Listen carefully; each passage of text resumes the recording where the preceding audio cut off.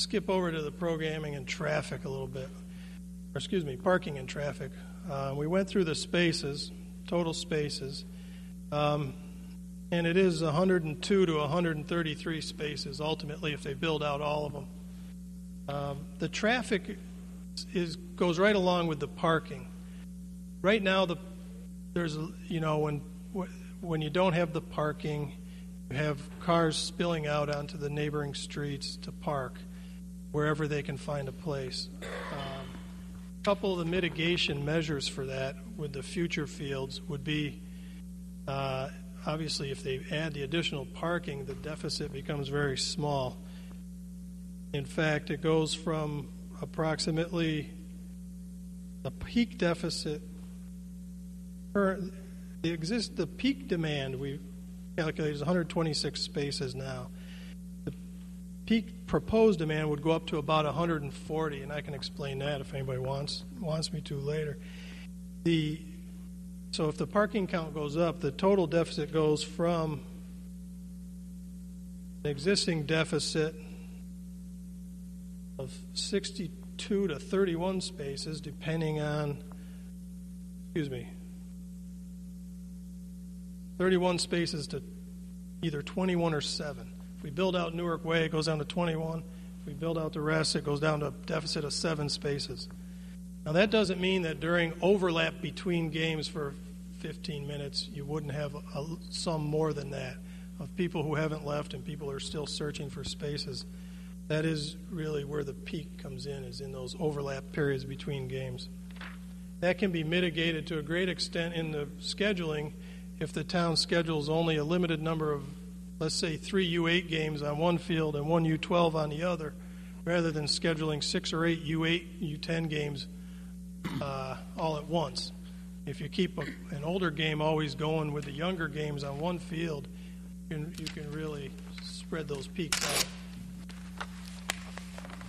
A little bit about some of the other impacts. We don't believe we'll have a great impact on storm drainage.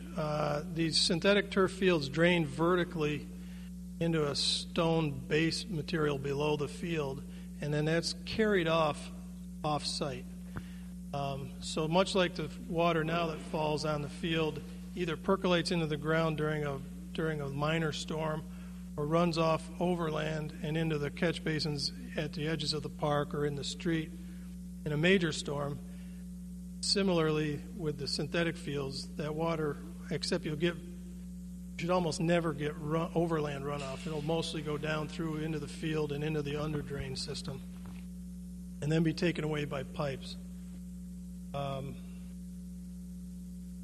Can't do anything about the reduction in natural grass with the use of synthetic. So that's an impact that actually does not get mitigated. The only thing we can say about the new synthetics is they look and play like regular natural grass. So visually, it's not like looking at the old AstroTurf fields, which looked like a short nap carpet. These, when you're casually walking by, look like a very well-maintained grass field. So aesthetically, don't lose much at all. And in fact, you gain a lot over existing fields, which quite often look like this. These are pictures from the park of the field in dry conditions. And then you have the opposite of that. The reason there's so much dirt being kicked up around is because the grass got ripped off during wet conditions. And then when it dries out, you have the dusty conditions. So aesthetically, you're going to have a much better looking field when you get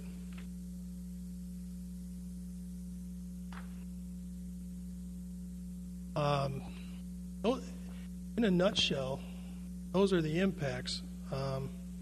Didn't speak about costs. Cost estimate for phase 1, which are in our report. Phase 1 was to build the 2 fields as phase 1, and then build Newark Way as the first, either add alternate or a second phase depending on budget. Then budget allowing, build out from there with any of the other passive side improvements. I have one other board turn around here. This one is a cost comparison between different types of fields.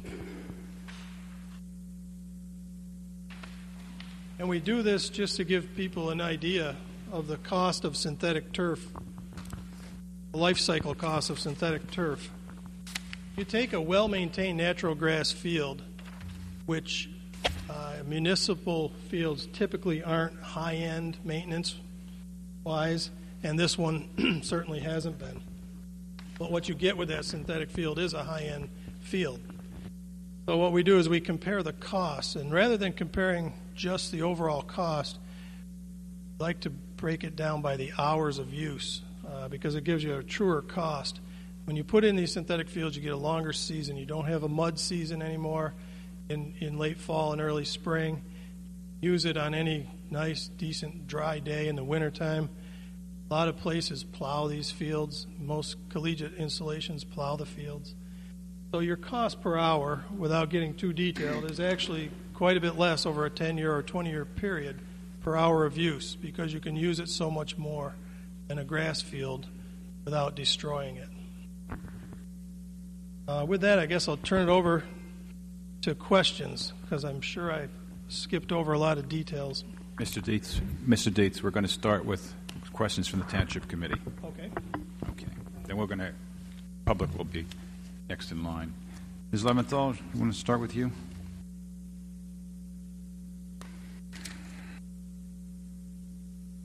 I'd like you to address, please, the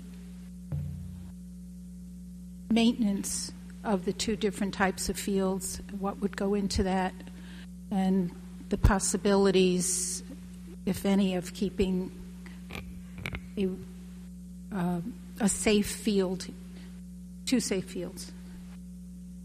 I could talk about maintenance. What do you mean by keeping two safe fields? Well, the fields become so degraded over time, but if we were to put in all the resources that are necessary. Yeah, okay.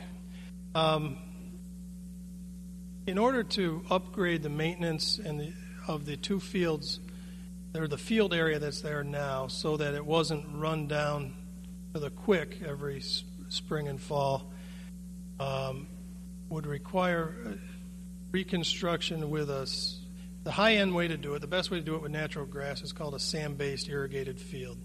That's basically a USGA golf green across the whole thing. That rejuvenates the fastest, but it also takes an awful lot of chemicals, takes a lot of, a lot more frequent mowing, more frequent fertilizing. If you were to maintain it to that level, you would spend approximately, the range is a range depending on if you outsource, if you do it in-house, and so on, but somewhere around $50,000 to $70,000 a year per field, and that's an equivalent area of two fields to maintain it.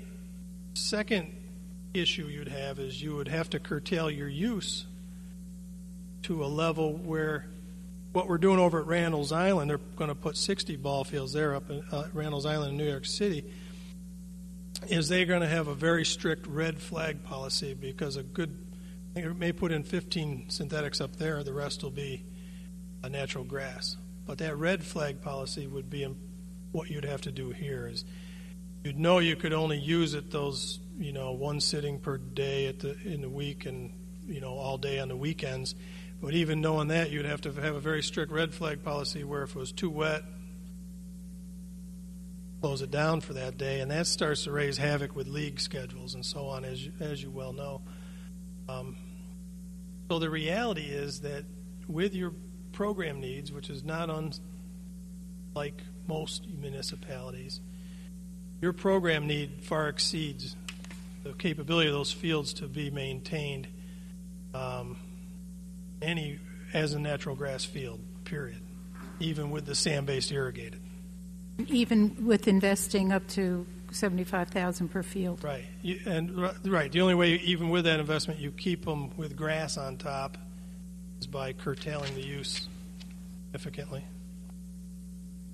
Thank you. Can I ask a direct follow-up to that? Sure.